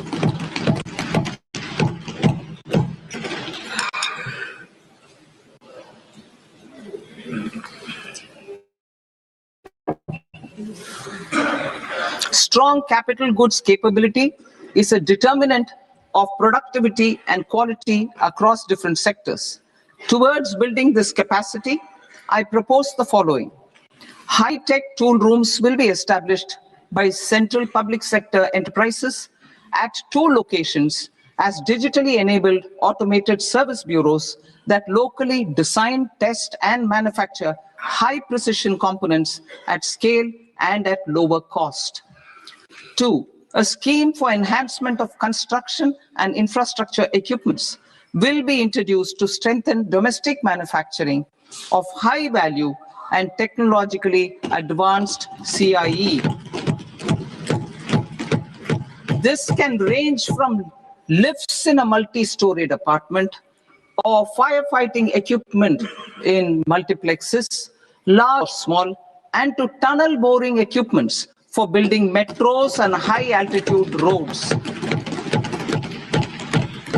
I also propose a scheme for container manufacturing to create a globally competitive container manufacturing ecosystem with a budgetary allocation of 10,000 crores over a 5-year period. For the labor-intensive textile sector, I propose an integrated program with 5 subparts. 1. the National Fiber Scheme for self-reliance in natural fibers, such as silk, wool, and jute, man-made fibers, and new age fibers. Textile expansion and employment scheme to modernize traditional clusters with capital support for machinery, technology upgradation, and common testing and certification centers. 3, the National Handloom and Handicraft Program to integrate and strengthen existing schemes and ensure targeted support for weavers and artisans. Tex Eco Initiative to promote globally competitive and sustainable textiles and apparels. Samarth 2.0 to modernize the upgrade the textile skilling ecosystem through collaboration with industry and academic institutions. Further, I propose to set up mega textile parks in challenge mode. They can also focus on bringing value addition to technical textiles. I propose to launch the Mahatma Gandhi Gram Swaraj initiative to strengthen khadi, handloom, and handicrafts. This will help in global market linkage and branding. It will streamline and support training, skilling, quality of process, and production. This will benefit our weavers, village industries, one district, one product, ODOP initiative, and also our rural youth. India has the potential to emerge as a global hub for high quality, affordable sports goods. I propose a dedicated initiative, sports goods, that will promote manufacturing, research, and innovation in equipment design, as well as material sciences. Rejuvenation of legacy industrial clusters. I propose to introduce a scheme to revive 200 legacy industrial clusters to improve their cost competitiveness and efficiency through infrastructure and technology upgradation. Creating champion SMEs and supporting micro enterprises. Recognizing MSMEs as a vital engine of growth, I propose a three-pronged approach to help them grow as champions. Equity support. I propose to introduce a dedicated 10,000 crores SME growth fund to create future champions, incentivizing enterprises based on select criteria. I also propose to top up the Self-Reliant India Fund set up in 2021 with 2,000 crores to continue support to micro enterprises and maintain their access to risk capital. Liquidity support. With TREDS, more than 7 lakh crore has been made available to MSMEs. To leverage its full potential, I propose 4 measures. 1, mandate TREDS as the transaction settlement platform for all purchases from MSMEs by CPSEs, serving as a benchmark for our corporates. 2, introduce a credit guarantee support mechanism through CGTMSE for invoice discounting on TREDS platform. 3, link GEM with TREDS for sharing information with financiers about government purchases from MSMEs, encouraging cheaper and quicker financing. 4, introduce TREDS receivables as asset-backed securities, helping develop a secondary market, enhancing liquidity and settlement of transactions. Professional support. Government will facilitate professional institutions such as the ICAI, ICSI, ICMAI to design short-term modular courses and practical tools to develop a cadre of corporate mitras, especially in tier 2 and tier 3 towns. These accredited para-professionals will help MSMEs meet compliance requirements at affordable costs. Infrastructure. During this past decade, our government has undertaken several initiatives for large-scale enhancement of public infrastructure, including through new financing instruments such as Infrastructure Investment Trust in WITS and Real Estate Investment Trust REITs, and institutions like NIIF and NABFID. We shall continue to focus on developing infrastructure in cities with over 5 lakh population, that is tier 2, tier 3 cities, which have expanded to become growth centers. Public capital expenditure has increased manifold from 2 lakh crore in 2014-15 to an allocation of 11.2 lakh crore in BE 25-26.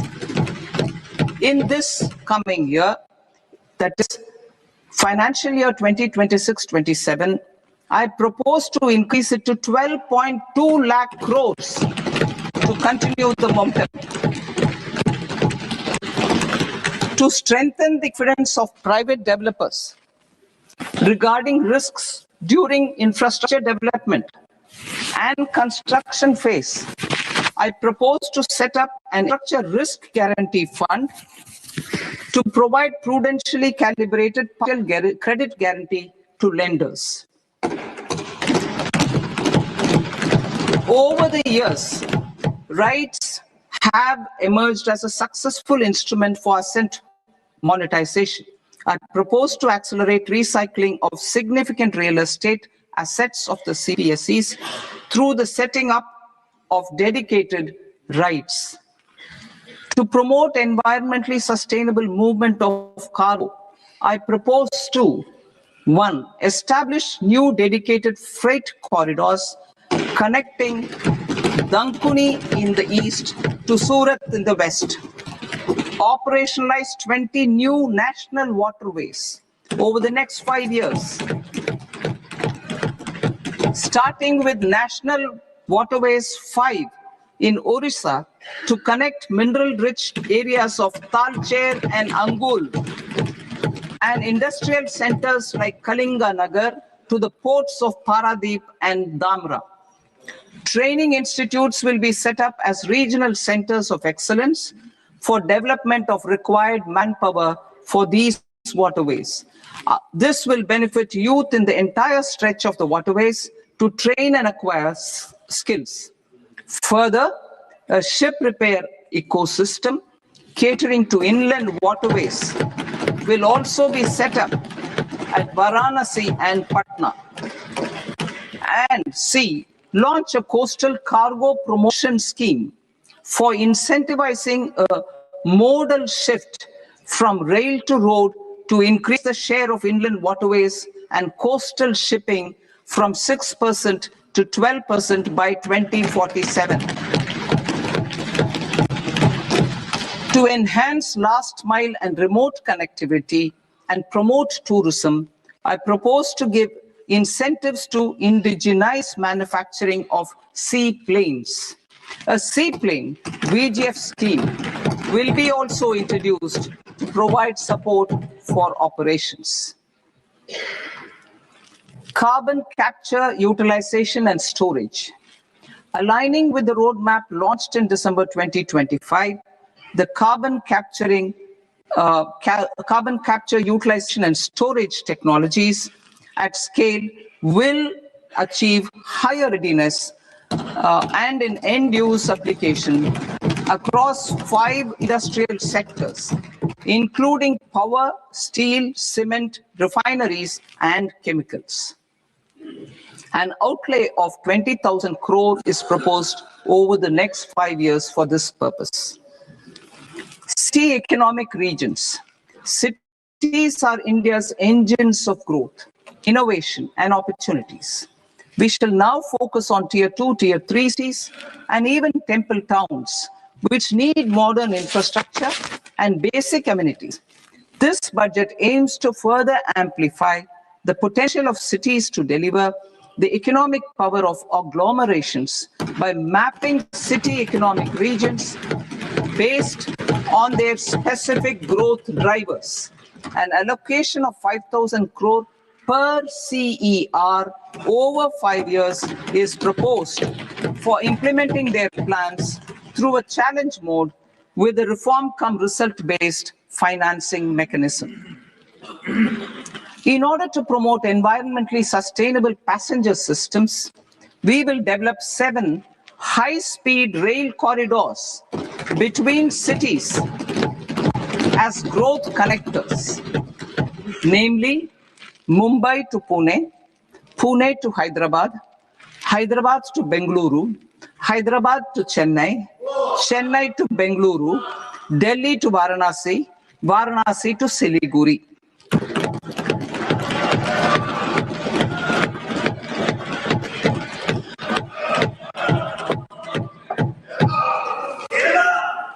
Financial sector. The Indian banking sector today is characterized by strong balance sheet, historic highs in profitability, improved asset quality, and coverage exceeding 98% of villages in the country. At this juncture, we are well placed to futuristically evaluate the measures needed to continue on the path of reform-led growth of this sector. I propose setting up a high-level committee on banking for Vikasit Bharat. High-level committee on banking for Vikasit Bharat to comprehensively review the sector and align it with India's next phase of growth, while safeguarding financial stability, inclusion, and consumer protection. The vision for NBFCs for Vikasit Bharat has been outlined with clear targets for credit disbursement and technology adoption in order to achieve scale and improve efficiency in the public sector NBFCs. As a first step, it is proposed to restructure the Power Finance Corporation and Rural Electrification Corporation. I propose a comprehensive review of the foreign exchange management non-debt instruments rules to create a more contemporary, user-friendly framework for foreign investments consistent with India's evolving economic priorities. Corporate bond market. I propose to introduce a market-making framework with suitable access to funds and derivatives on corporate bond indices. I also propose to introduce total return swaps on corporate bonds. Municipal bonds. To encourage the issuance of municipal bonds of higher value by larger cities, I propose an incentive of 100 crore rupees for a single bond issuance. 100 crore rupees for a single bond issuance of more than 1,000 crore. The current scheme under Amrit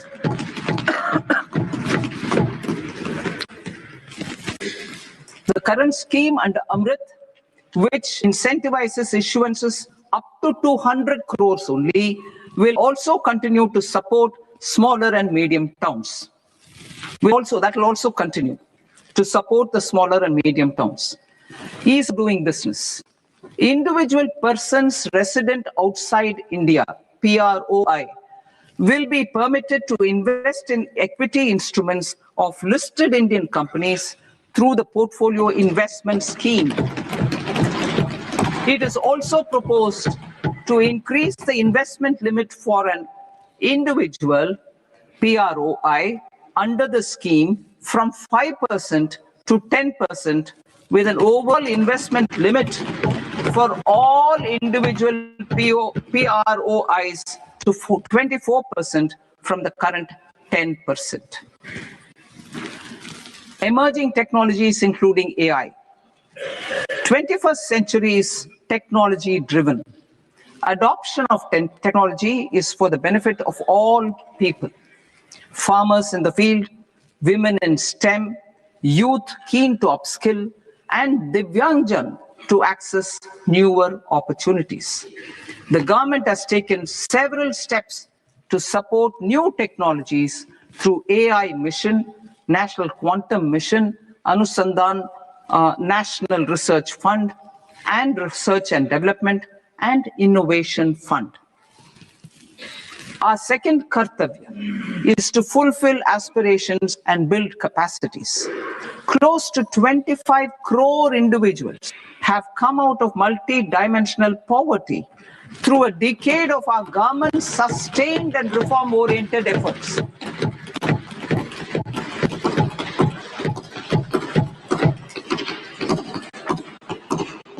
Our government has therefore decided to place a renewed emphasis on the service sector to provide a pathway to fulfilling aspirations of a youthful India with the following measures. I propose to set up a high-powered education to employment and enterprises standing committee to recommend measures that focus on service sector as a core driver of Vikasit Bharat. This will make us a global leader in services with a 10% global share by 2047. The committee will prioritize areas to optimize the potential for growth, employment, and exports. They will also assess the impact of emerging technologies, including AI, on jobs and skill requirements and propose measures thereof. To create a range of skilled career pathways, a new range of skilled career pathways for our youth, I propose interventions in the following sectors. Health. Existing institutions for allied health professionals will be upgraded and new AHP institutions established in private and government sectors. This will cover 10 selected disciplines, including optometry, radiology, anesthesia, OT technology, applied psychology, and behavioral health, and add 1 lakh AHPs over the next 5 years. A strong care system covering geriatric and allied care services will be built. A variety of NSQF-aligned programs will be developed to train multi-skilled caregivers, combining core care and allied skills such as wellness, yoga, and operation of medical assistive devices. In the coming year, 1.5 lakh caregivers will be trained.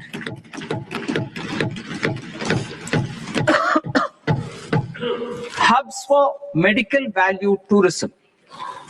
To promote India as a hub for medical tourism services, I propose to launch a scheme to support states in establishing 5 regional medical hubs in partnership with the private sector.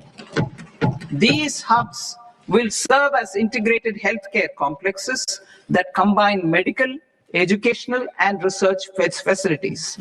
They will have Ayush centers, medical value tourism facilitation centers, and infrastructure for diagnostics, post-care, and rehabilitation. These hubs will provide diverse opportunities, job opportunities for health professionals, including doctors and AHPs. Ancient Indian yoga, already respected in several parts of the world, was given a mass global recognition when Honorable Prime Minister took it to the UN. Post-COVID, Ayurveda gained a similar global acceptance and recognition. Exporting quality Ayurveda products helps farmers who grow the herbs and youth who process the products. To meet growing global demand, a few more steps are being taken. I propose to 1.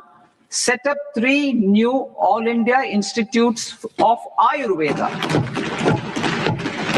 2. Upgrade Ayush pharmacies and drug testing labs for higher standards of certification ecosystem and make available more skilled personnel. 3.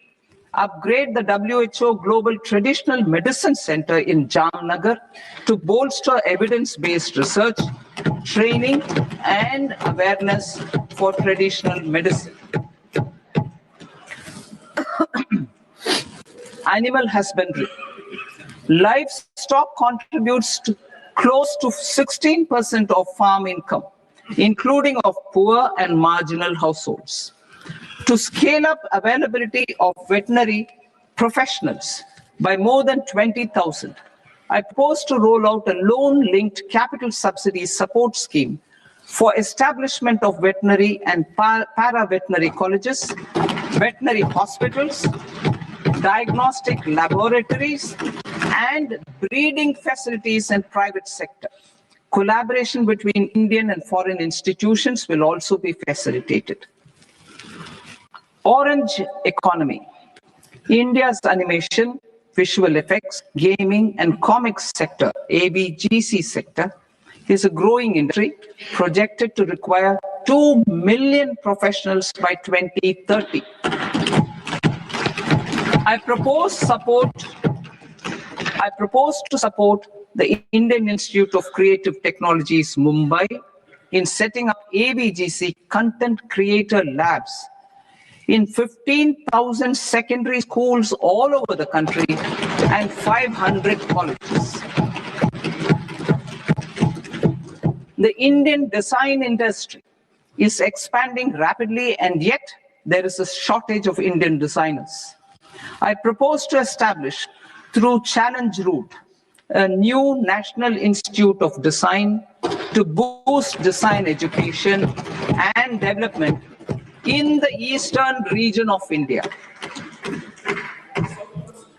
Education. Our government will support states to Challenge Route in creating 5 university townships in the vicinity of major industrial and logistics corridors. These planned academic zones will host multiple universities, colleges, and research institutions, skill centers, and residential complexes. In higher education, STEM institutions, prolonged hours of study and laboratory work pose some challenges for girl students. Through VGF, viability gap funding and capital support, 1 girls' hostel will be established in every district.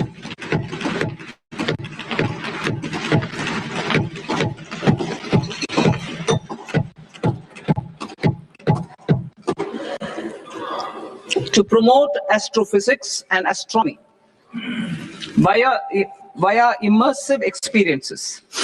4 telescope infrastructure facilities will be set up or upgraded. The National Large Solar Telescope, the National Large Optical Infrared Telescope, the Himalayan Chandra Telescope, and the Cosmos 2 Planetarium. Tourism. The tourism sector has the potential to play a large role in the employment generation, forex earnings, and expanding the local economy. I propose to set up a National Institute of Hospitality by upgrading the existing National Council for Hotel Management and Catering Technology. It will function as a bridge between academia, industry, and government. I also propose a pilot scheme for upskilling 10,000 guides in 20 iconic tourist sites through a standardized, high-quality, 12-week training course in hybrid mode in collaboration with the Indian Institute of Management. A national destination digital knowledge grid will be established to digitally document all places of significance, cultural, spiritual, and heritage. This initiative will create a new ecosystem of jobs for local researchers, historians, content creators, and technology partners. India has the potential and opportunity to offer world-class trekking and hiking experience. We will develop ecologically sustainable mountain trails in Himachal Pradesh, Uttarakhand, and Jammu Kashmir. Also in Araku Valley in the Eastern Ghats and Podigalai in the Western Ghats. Turtle trails along key nesting sites in the coastal areas of Odisha, Karnataka, and Kerala. And 3 bird watching trails along the Pulikat Lake in Andhra Pradesh, Tamil Nadu. It's on the border. Under the visionary leadership of Honorable Prime Minister, we established the International Big Cat Alliance in 2024. This year, India is hosting the first ever Global Big Cat Summit, where heads of governments and ministers from 95 range countries will deliberate on collective strategies for conservation. Heritage and culture tourism.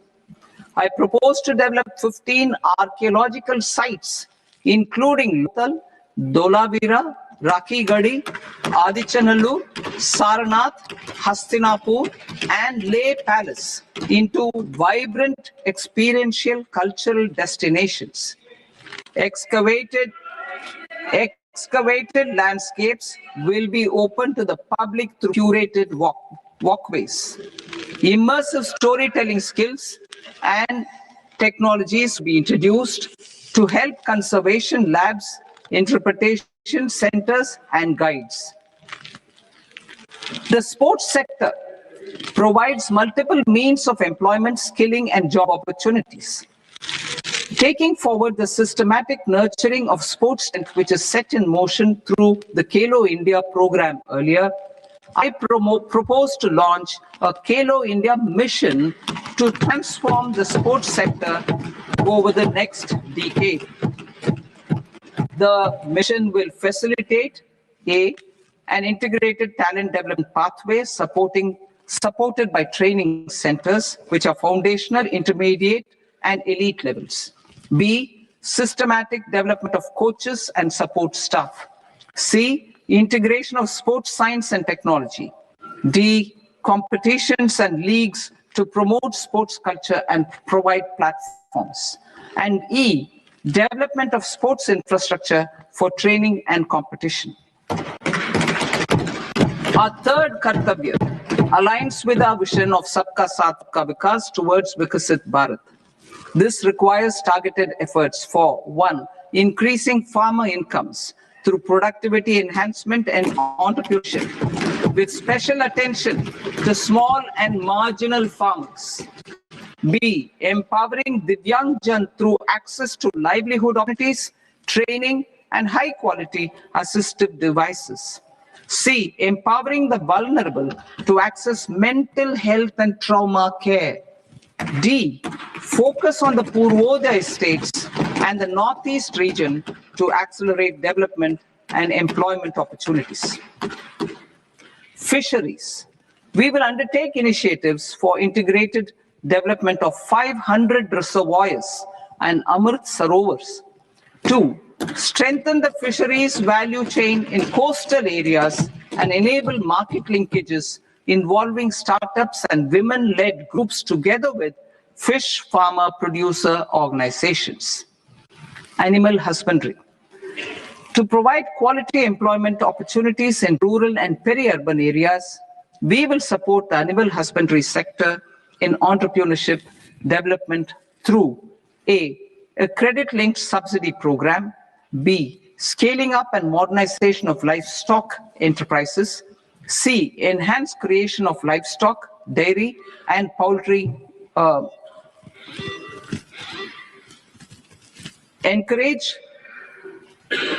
read that again. Enhance creation of livestock, dairy, and poultry-focused integrated value chains. And D, encourage creation of livestock farmer producer organizations. High-value agriculture. To diversify farm outputs, increase productivity, enhance farmers' incomes, and create new employment opportunities, we will support high-value crops such as coconut, sandalwood, cocoa, cashew in the coastal areas, agar trees in northeast, and nuts such as almonds, walnuts, and pine nuts in our hilly regions. All of them will be supported. India is the world's largest producer of coconuts. About 30 million people, including nearly 10 million farmers, depend on coconuts for their livelihood. To further enhance competitiveness in coconut production, I propose a coconut promotion scheme to increase production and enhance productivity through various interventions, including replacing and non-productive trees with new saplings or plants or varieties in major coconut growing states.